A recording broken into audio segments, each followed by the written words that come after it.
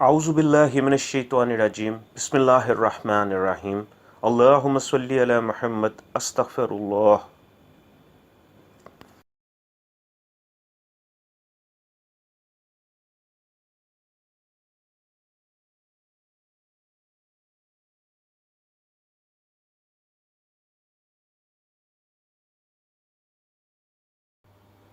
اسلام نے ہمیں مشکلات اور بیماریوں سے نمٹنے اور جادو جنات جیسے غیبی دشمنوں کو نیست و نابود کرنے کے لیے ایسے وظائف اور کلمات دیے ہیں جن کی طاقت اور تاثیر ایک عام آدمی سے لے کر ایک بادشاہ تک سب کے لیے ایک جیسی اہمیت رکھتی ہے۔ مغلیہ دور کے بہت سے بادشاہ ان وظائف اور مراقبے کی اہمیت سے واقف تھے، اس لیے ان کی سرگزشت میں ان دونوں چیزوں کا بہت ذکر ملتا ہے۔ علامہ ہمیں ایک جن سے اپنی ملاقات کا حال سناتے ہیں کہ ایک دفعہ ایک محفل میں ایک جن میرے پاس آیا جو علم العادات کا ماہر تھا، اور اس نے بادشاہ شاہ جہاں کا دور اپنی آنکھوں سے دیکھا تھا۔ وہ مجھ سے کہنے لگا کہ میں آپ کو ایک واقعہ سناتا ہوں۔ وہ جن کہنے لگا، واقعہ یہ ہے کہ ایک دفعہ میں دہلی کے لال قلعہ میں بیٹھا بادشاہوں کے مناظر دیکھ رہا تھا۔ یہ شہنشاہ شاہ جہاں کا دور تھا۔ اس کا دور بہت شاندار دور تھا۔ اس دور میں بہت تعمیرات ہوئیں، اس کے اندر بہت سلیقہ مندی تھی اور بہت حیرت انگیز اس کا طریقہ تھا۔ وہ اپنی زندگی میں بہت باکمال تھا۔ میں بیٹھا اس کا منظر دیکھ رہا تھا، اچانک میری نظر پڑی، جنات کا ایک بہت بڑا گروہ اور قافلہ آیا۔ میں حیران ہوا کہ یہ لوگ کیا کرنے آئے ہیں۔ پھر خیال آیا جیسے میں آیا ہوں یہ بھی ایسے ہی آئے ہیں، لیکن وہ سب آتے ہی اکٹھے ہو گئے اور ایک دوسرے کے ہاتھ پکڑ کر انہوں نے کچھ پڑھنا شروع کر دیا۔ میں حیران بیٹھا یہ ساری باتیں سن اور دیکھ رہا تھا کہ آخر یہ کیا پڑھ رہے ہیں۔ میں سوچنے لگا کہ ان کا یہ پڑھنا کس لیے ہوگا۔ پھر ان کے پڑھنے سے ایک دھواں اٹھا اور دھواں اٹھتے ہی ایک ہیبت ناک شکل اختیار کر گیا، اور وہ دھواں بادشاہ کی خوابگاہ کی طرف بھرا۔ لیکن جب بادشاہ کی خوابگاہ کی طرف بھرا تو ادھر سے ایک اور دھواں اٹھا جو سفید اور دودھیا تھا، اس نے آ کر اس دھوئیں کو گھیر لیا۔ اب میں سب کچھ دیکھ رہا تھا کہ یہ کالا دھواں اس دھوئیں سے الجھنے کی کوشش کر رہا ہے، لیکن وہ دودھیا دھواں اس کو کسی طرح بادشاہ کی خوابگاہ کی جانب جانے کا موقع نہیں دے رہا تھا، حتیٰ کہ یہ خود پھنس کر رہ گیا۔ بہت دیر تک کشمکش ہوتی رہی۔ آخرکار کالا دھواں اس سفید دھوئیں کے سامنے بے بس ہو گیا، اور تھوڑی دیر ہوئی اور ایسے محسوس ہوا جیسے کوئی راکھ اوپر سے گرتی ہے، اور وہ سب کچھ ختم ہو گیا۔ جب جنات نے یہ سب کچھ دیکھا تو وہ چیختے چلاتے وہاں سے بھاگے۔ ان میں سے ایک جن جو پیچھے رہ گیا، میں اس کے پیچھے بھاگا۔ میں نے پوچھا کیا بات ہے؟ جن کہنے لگا کہ ایک بہت بڑے عامل، طاقتور عامل نے بادشاہ پر ایک سخت ترین جادو کیا تھا۔ اگر یہ جادو پورا ہو جاتا تو بادشاہ کی ہڈیوں کا سرما بن جاتا، گوشت پانی بن جاتا۔ بہت سخت جادو تھا، لیکن محسوس یہ ہوتا ہے کہ بادشاہ کوئی کلام پڑھتا ہے اور کوئی ایسی چیز بادشاہ کے زیر مطالعہ ہے یا زیر ورد ہے جس سے اس پر اتنا بڑا جادو نہیں ہو سکا۔ وہ جن کہتا ہے، مجھے تجسس ہوا کہ میں بادشاہ کی تحقیق کروں کہ بادشاہ کون سا ایسا ورد کرتا ہے۔ میں بادشاہ کی خوابگاہ میں گیا تو دیکھا بادشاہ سو رہا تھا۔ رات کا وقت تھا۔ میں اسی تجسس میں رہا کہ آخر یہ کیا کرتا ہے۔ تہجد کے وقت بادشاہ اٹھا، اس نے وضو کیا، اور میں چونکہ کچھ عرصہ سے اس کو دیکھ رہا تھا کہ وہ بعض اوقات وہ اٹھ کر غسل کرتا تھا اور کبھی وضو کرتا تھا۔ اس نے وضو کیا اور وضو کرنے کے بعد اس نے تہجد کی 12 رکعت نماز نفل ادا کی، اور نفل پڑھنے کے بعد وہ مراقبہ کرنے بیٹھا، اور میں نے اس کے قریب جا کر محسوس کیا کہ وہ مراقبہ میں سبحٌ قدوس ربنا و رب الملائکۃ والروح بار بار دہرا رہا تھا۔ مجھے حیرت ہوئی کہ آخر اس وظیفے کی تاثیر کیا ہوگی۔ وہ بار بار سبحٌ قدوس ربنا و رب الملائکۃ والروح دل ہی دل میں دہرا رہا تھا۔ اس کا مراقبہ بہت دیر تک اس نے کیا۔ میں نے دیکھا کہ وہ جس طرح مراقبہ کر رہا تھا، اس کے اور آسمان کے درمیان ایک دودھیا رنگ کا سفید دھواں جو یقیناً نور تھا، اس کا تانتا بند گیا، اور وہ جیسے جیسے مراقبہ کر رہا تھا وہ دھواں بڑھتا جا رہا تھا، اور اس کے مراقبے میں اتنی ہی زیادہ تیزی آتی جا رہی تھی۔ مراقبے کے بعد بادشاہ دیگر اذکار میں مشغول ہو گیا، اور مجھے تجسس ہوا کہ آخر اس ورد میں کیا طاقت ہے۔ میں وہاں سے اٹھا۔ ہمارے جنات کے ایک بہت بڑے بزرگ تھے۔ میں ان کے پاس گیا اور یہ سارا واقعہ بیان کیا تو وہ مسکرا دیے اور کہنے لگے، وہ کالا جادو تھا، اور کالے جادو کے ذریعے بھیجی ہوئی جنات کی جماعت تھی، اور جو کچھ تم نے دیکھا 100% سچ دیکھا۔ اور اس جنات کی جماعت نے بادشاہ کو قتل کرنا چاہا، لیکن وہ بادشاہ کی قتل سے عاجز آ گئے، اور اس کی وجہ یہی ورد تھا۔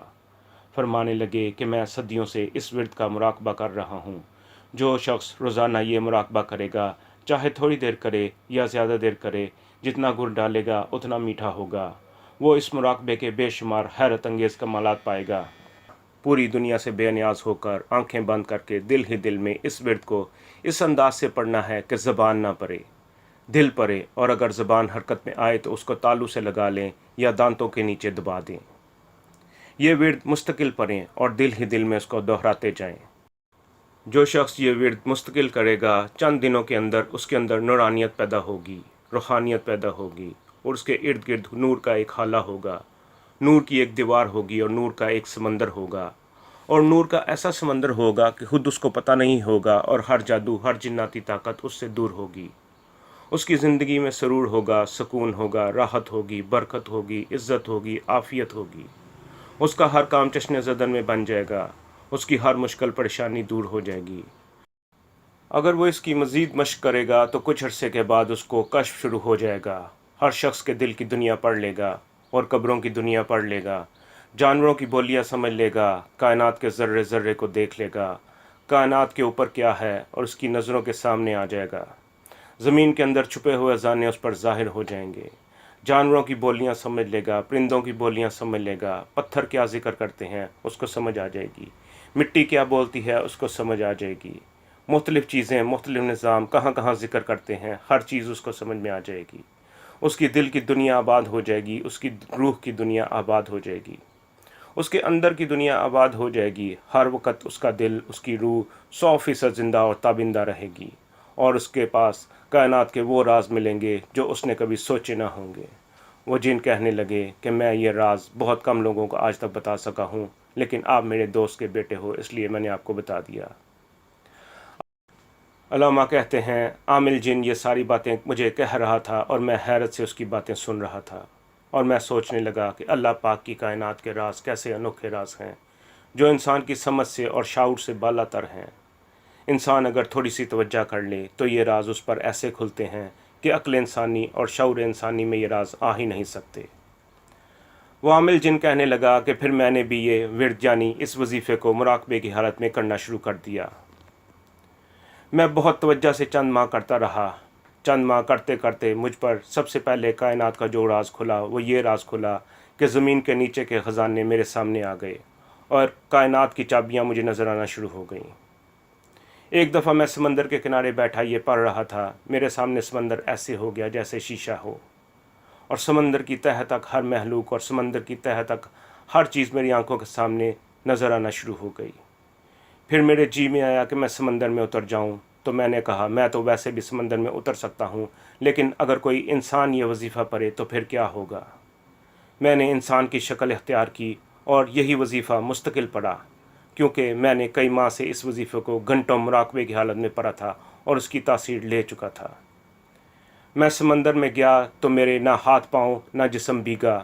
سمندر کا پانی مجھے ہر جگہ جگہ دیتا گیا، اور میں سمندر کے بے شمار خزانوں کی سیر کرتا چلا گیا۔ پھر مجھے یاد آیا کہ ایک بہت بڑے انسان عامل بزرگ ہیں جو کہ ایک مسجد میں گوشہ نشین ہیں، بہت لمبی عمر ہے، کیوں نہ ان کے سامنے جا کر اس راز کو بیان کروں، یقیناً ان کا بھی کوئی تجربہ ضرور ہوگا۔ میں ان کے پاس گیا، دوپہر کا قیلولہ فرما رہے تھے، میں قریب بیٹھا۔